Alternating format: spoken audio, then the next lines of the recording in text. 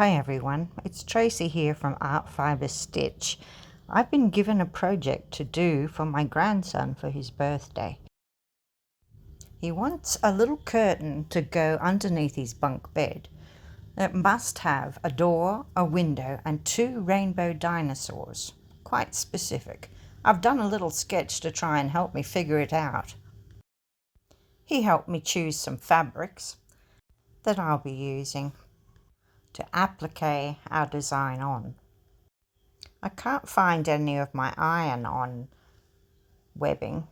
This is a glue in a sheet kind of form like this, and you can get it with a paper back so that you won't get gunk all over your iron, or you can use that mat that's underneath there, you can see, and glue doesn't stick to it. But the idea is on the back side of the fabric you lay this webbing and then you put your non-stick mat on top, or baking paper perhaps, and iron it. And then what happens is you end up with a piece of fabric that has glue on the back side of it, and you're okay to then glue it to something else.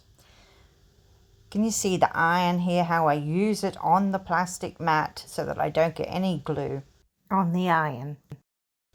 Now this is quite old, so I may have to do it a few times before it sticks. But that's what you end up with. So I'm preparing my fabrics. And today we're going to look at how to make your own applique, how to design it, how to cut the pattern, and how to then applique it. So when drawing a pattern, you have to think which piece goes down first. Can you note the green pair here? It is number 1, it goes down first. Number 2 would be that pair that's whitish, and the other things can then go on top. So looking here at my design of a dinosaur, which I've blown up to the size that I want, can you see the bits that are on top and the bits that are underneath? So I've got my fabric and I'm ready to start thinking about which piece will be first. Well, that one goes on top.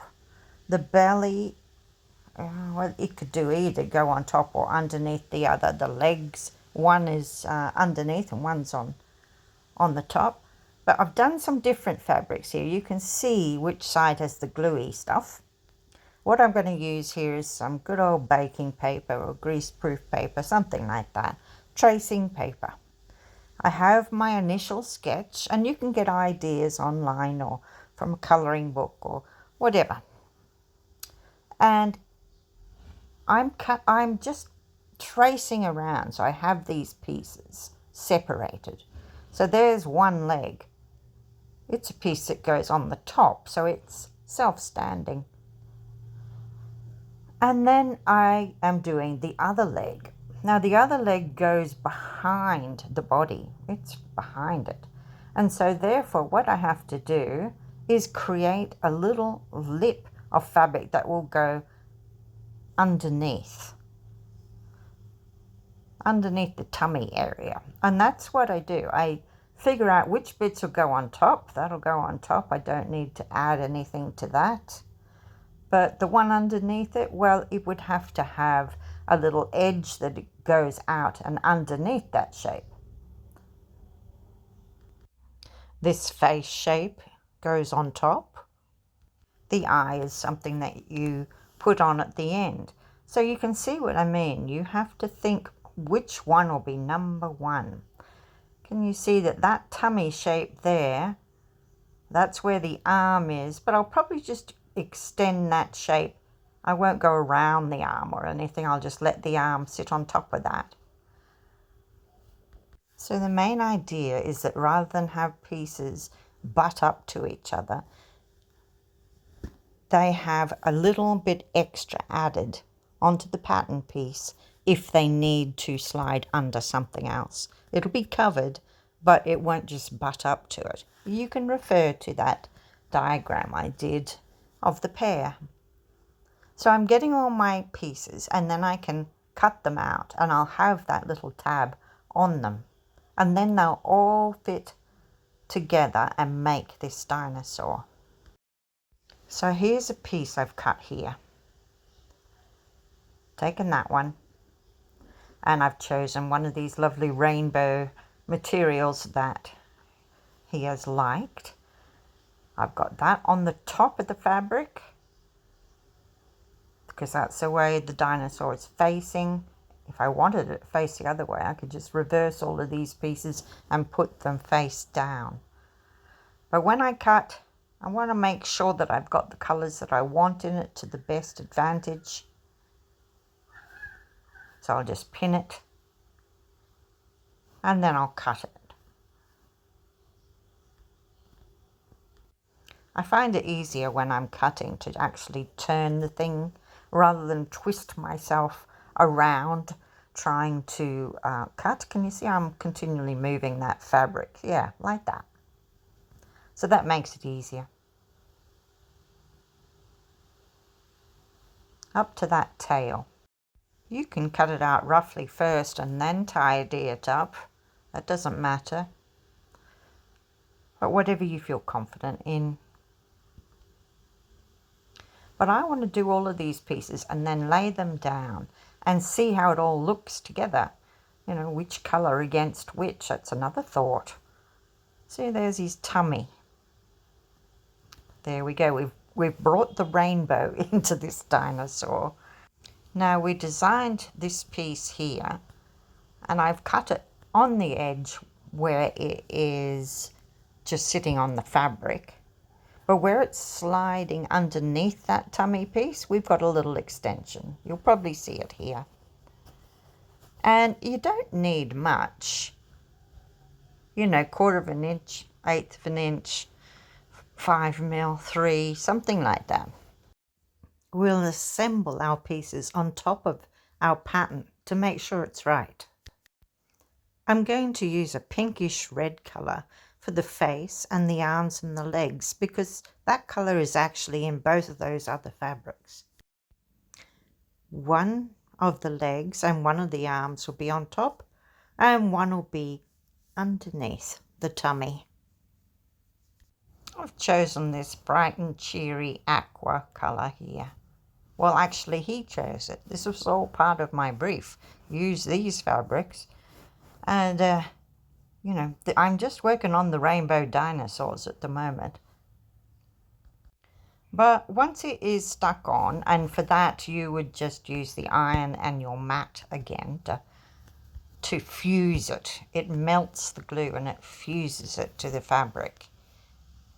And that holds it down whilst you're getting your stitches on. And you just use a blanket stitch. And you run around the edges and hold it down. I'm using a couple of strands from a reel of stranded cotton. Let's see if we can see the stitching a little better here. And we have a dark fabric and a white thread, and let's just see what we can see. The needle, threaded needle, comes up from behind. I hold the thread out of the way with my thumb and I stitch with my right hand because I'm right-handed. And what you do is you go in and out and then you let go of that thread. I'll show you here how we do it. Now imagine I've glued this piece on, and this will show you can do blanket stitch with or without fabric, but our idea here is to use this stitch to go around the edge of the applique fabric. So what I'm doing is putting my needle in about 3 mil or a little way, and then I'm bringing it back out from underneath right on the edge of the fabric so that when I let go of that thread it creates a little line around the outside. So I'm going in on the inside of the fabric, go underneath, come out, and I've got that thread trapped. It's a great little stitch to master and it works very well for applique. So here's my piece that I fused on and I've started my stitching. Now this eye piece, I thought I'm going to be doing that at the end once I've done the others because it's on top of everything. And I'll work it around in that circle and do the outside edges of that eye, and it's all nicely put together. So that's it without the stitching. Then we've stitched around it. I've done it in white this time to make that stand out. See the stitching up close there. And I thought maybe a button in the center, that'd look really good. And it did. Can you see the smile I put in underneath the face? Now here's our original sketch again. And here is the finished project. It worked out really well. And that doorway that I did there, that opens, and that's the way in. And I put it on a curtain rug so it'll slide across. And there's even a little peephole in the window. Once I had added the main bits, I had some fun with adding a bit of braid or lace or that little bird kind of button. There's a little peephole in the window so you can see who's outside. All kinds of fun can be had making things like this for children. Don't be frightened of big projects either. Just break it down into manageable sections. This all started off with that dinosaur. So I hope you enjoyed learning the basics of applique, how you can take a picture, make a pattern, and how you can fuse your fabrics and then sew it onto fabric. I used to make t-shirts for my children when they were little with little characters on the front. And you could be making all kinds of things for the child in your life or for yourself. Doesn't have to be this childlike design. So thank you for watching. Don't forget to like and subscribe if you haven't already. And you can always donate should you wish to.